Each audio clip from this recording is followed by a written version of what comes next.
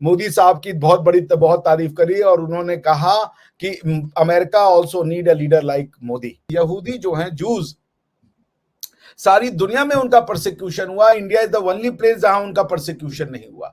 Science और technology में, space में, असलाह की दौड़ में, इकोनॉमिक डेवलपमेंट में पाकिस्तान इंडिया के साथ किसी तरह के किसी मुकाबले में क्या, किसी तरह की किसी कहानी में ही नहीं आता है। जो बाइडेन जो अमेरिकन प्रेसिडेंट है, उन्होंने बड़ा एक जो है स्टेटमेंट अपना दिया, जिसमें उन्होंने ना सिर्फ ये कि भारत का नाम लिया, बल्कि उन्होंने चाइना और जापान को भी बीच में लपेट लिया।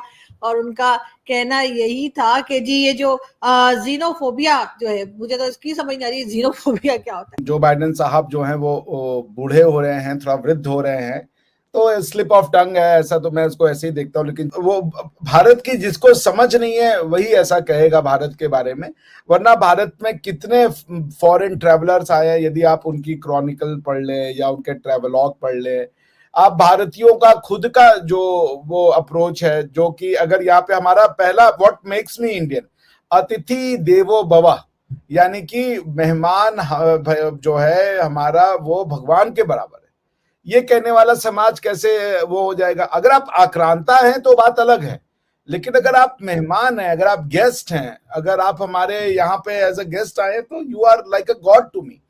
उसके बाद अहम निजः परो वेति गणना लघु चेत सामुदार चरिता नाम तू वसुधैव कुटुंबकम, यानी कि तेरा मेरा करने वाले लोग छोटी बुद्धि के होते हैं, जो बड़े दिमाग के लोग होते हैं वो समस्त वसुधा को यानी समस्त पृथ्वी को अपना परिवार मानते हैं। ये कहने वाला समाज जिनोफोबिक कैसे हो पाएगा। सर्वे संतु सुखिना सर्वे संतु निरामया, यानी कि सब कोई सुखी रहे, सब कोई निरोगी रहे, ये कहने वाला समाज जिनोफोबिक कैसे हो जाएगा। ये समाज में कभी किसी को छोटा या बड़ा समझा ही नहीं, या ना ही छोटा बड़ा किसी को कहा। तो हाँ, आक्रांताओं को गलत, आक्रांता जब आते थे उनका विरोध किया गया, मगर जो एज अ ट्रैवलर आ रहे थे या एज अ गेस्ट आ रहे थे, या भारत ने आप यहूदी जो हैं, जूस, सारी दुनिया में उनका प्रोसिक्यूशन हुआ, India is the only place जहां उनका प्रोसिक्यूशन नहीं हुआ। पारसी सारी दुनिया में भगाए गए, ईरान से भगाने के बाद जो पारसी बेचारे इंडिया में आए, आज वो इंडिया की सबसे रिचेस्ट कम्युनिटी है। पारसी यानी कि आप टाटा का नाम तो सुनी होंगी ना आरजू जी, टाटा पारसी है, वो इंडियन नहीं है, ईरानी है वो, उनकी जो वो है, लेकिन वो इंडियन बन गए और हमने उनको इंडियन मान लिया। हमने कोई परसिक्यूशन, कोई जीनोफोबिया नहीं किया। अगर हम जीनोफोबिक लोग होते तो टाटा आज पाकिस्तान से ज्यादा जीडीपी रखता है, हम तो उनको बनने नहीं देते, हम तो कहते किसी इंडियन को बनाओ। उसी तरीके से आप देख ले, हमारे यहाँ तो जूइश है, वो बहुत ज्यादा उनका कंट्रीब्यूशन है। हमने जूस के जब उनका प्रोसिक्यूशन हुआ, वो इंडिया में आए, हमने न सिर्फ उनको सम्मान दिया, उनके सिनेगॉग खोले, उनके जो सारे, आज भी आप चले जाएं, 3 तरह के जूस है हमारे यहाँ, बगदादी जूस हैं, कलकत्ता के जूस हैं, साउथ इंडिया में केरल में एक जगह है वहां के जूस हैं, ये सारे के सारे जूस आज भी हो रहते हैं और अपने आप को इंडियन कहते हैं वो।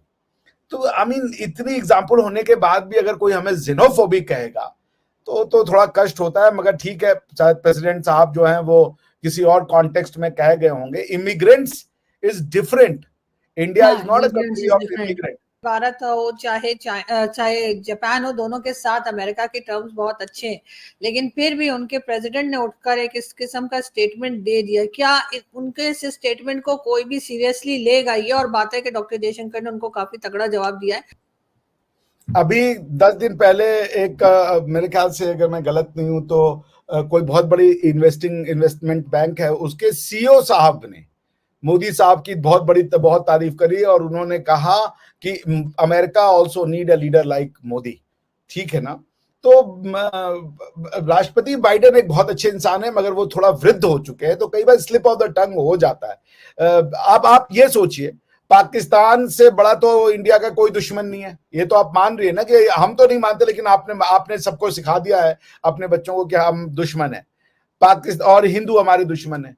आज अगर हम जिनोफोबिक होते, तो एक पाकिस्तान की बच्ची आई, उसका हार्ट फेल हो रखा था और हमारे यहाँ पे वो आई, उसके हार्ट का ऑपरेशन किया गया, एक हिंदू आदमी ने अपना हार्ट उस बच्ची को दिया, एक हिंदू डॉक्टर ने उस हार्ट को उसके दिल में लगाया, एक हिंदुओं की संस्था ने इसको पूरा स्पॉन्सर किया, हिंदू लोगों ने वो बच्ची के जो कफ ऑपरेशन और जो आना था वो सब माफ किया, ये सारे हिंदू लोग थे। पर उन्होंने उस बच्ची में मुसलमान नहीं देखा, क्योंकि मुसलमान उसका अल्लाह से पर्सनल नाता होता है। उन्होंने उस बच्ची में अब मेरे ही जो कल्चर का एक एक्सटेंशन देखा कि वो भी कभी हमारी पार्ट थी। ये करने की पाकिस्तान को जरूरत नहीं है। पाकिस्तान को जरूरत है जालसाजी से बाहर निकलने की। साइंस और टेक्नोलॉजी में, स्पेस में, असलाह की दौड़ में, इकोनॉमिक डेवलपमेंट में पाकिस्तान इंडिया के साथ किसी तरह के किसी मुकाबले में क्या, किसी तरह की किसी कहानी में ही नहीं आता। जापान वाकई ही एक जीनोफोबिस्ट मुल्क है और आम आदमी के इस्तेफादे के लिए जीनोफोबिया का मतलब होता है, जीनो का मतलब होता है अजनबी और फोबिया का मतलब होता है खौफ। यानी जापान को दूसरी कौमों अजनबी लोगों से हमेशा एक खौफ रहा है। तो जापान पे तो इस पे बहस ही नहीं है कि एक बहुत ही हाईली नाउन किस्म की जीनोफोबिस्ट रेसिस्ट कंट्री रही है, इमिग्रेशन के सवाल पर भी और ट्रेड और इन्वेस्टमेंट के सवाल पर भी। लेकिन जहां तक इंडिया का ताल्लुक है, इंडिया पे ये चीजें अप्लाई नहीं होती, क्योंकि इंडिया जाहिर है बेसिकली उस तरह की कंट्री तो था नहीं कि वहां पे इमिग्रेशन होती कि लोग दूसरे मुल्कों से भाग भाग के आते। वो ज्यादा से ज्यादा लोकली बंगाल या नॉर्थ ईस्ट की रियासतों में कुछ जो इश्यूज रहे हैं छोटे मोटे, जिसमें कि लोग वहां से माइग्रेट होते रहे बहुत ही छोटे पैमाने पे। ट्रेड और इन्वेस्टमेंट के हवाले से इंडिया अब जाके इस पोजीशन में आया है कि वो किसी को हाँ करे या ना करे, कि कोई वहां पे इन्वेस्टमेंट करना चाहता है तो इंडिया का उसमें क्या रिस्पांस है, क्या उसकी इकोनॉमी जीनोफोबिस्ट है। अब अगर जीनोफोबिस्ट से मुराद बाइडन साहब का ख्याल ये है कि जो ओवर प्रोटेक्टेड, मेरे ख्याल में लफ्ज इसके लिए इस्तेमाल होना चाहिए, जो गालिबन उन्होंने जो है वो ट्रंप की वजह से नहीं इस्तेमाल किया कि ओवर प्रोटेक्टेड इकोनॉमी। तो इंडिया की ओवर प्रोटेक्टेड इकोनॉमी रही है। माजी में इंडिया जो है वो सोशलिस्ट रिपब्लिक ऑफ इंडिया रहा है। इंडिया में जितना इंफ्रास्ट्रक्चर डेवलप हुआ 50s के बाद 60s में 70s में, वहाँ के जो स्टील इंडस्ट्री है, वहाँ की कारें हैं, वहाँ की जो लोकल जितनी भी प्रोडक्शन है इंडस्ट्रियल, यानी इंडिया को एक एग्रेरियन सोसाइटी से इंडस्ट्रियल सोसाइटी में तब्दील करने में जो इंजन का रोल प्ले किया वो सोशलिस्ट कंट्रीज ने किया। उसमें सोवियत यूनियन हो, जर्मनी हो, मशरकी जर्मनी, चीकोस्लोवाकिया हो, बल्गारिया हो, हंगरी हो, इस तरह के जो साबक सोवियत मुल्क थे। तो इस हिसाब से इंडिया ने अपनी जो बैक बोन मजबूत की वो सोशलिस्ट इकोनॉमी के साथ ताल्लुक बना के, लेकिन उसके साथ साथ उन्होंने वेस्टर्न ओपन मार्केट के साथ भी तजारत की, उसमें उन्होंने कोई पाबंदियां नहीं लगाई। तो अब जाके इंडिया इस पोजीशन में आया है कि वहां जाके कोई इन्वेस्टमेंट का परमिट मांगे या वीजा मांगे तो फिर रिएक्शन से पता चलेगा कि इंडिया की पॉलिसियां जीनोफोबिक हैं या ओपन हैं। मैं समझता हूं कि ये बाइडन साहब ने जरा वो दूर की कोड़ी लाना जिसको कहते हैं वो। हाल ही में अमेरिका के प्रेसिडेंट जो बाइडेन ने भारत को लेकर एक विवादित बयान दिया और दोनों ही कंट्रीज को xenophobic कह दिया और बोल दिया इसी वजह से कंट्रीज तरक्की नहीं कर पा रही हैं, जो कि बिल्कुल फॉल्स स्टेटमेंट है। इसके बाद अमेरिका के अंदर से ही जो बाइडेन को बहुत सारा रेजिस्टेंस फेस करना पड़ा और दुनिया भर से भी।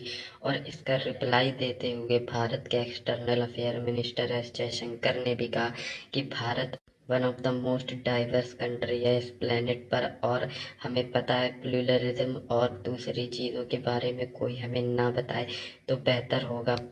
इंडिया और अमेरिका के रिश्ते पिछले कुछ दशकों में सबसे हाईएस्ट पॉइंट पर हैं और ऐसे वक्त पर ऐसे स्टेटमेंट से दोनों देशों के रिश्ते में कोई तब्दीली नहीं आएगी, लेकिन एक न्यूसेंस वैल्यू ऐड जरूर होती है जिसका फ़ायदा पाकिस्तान जैसे एंटी इंडिया देश उठाने की कोशिश करते हैं।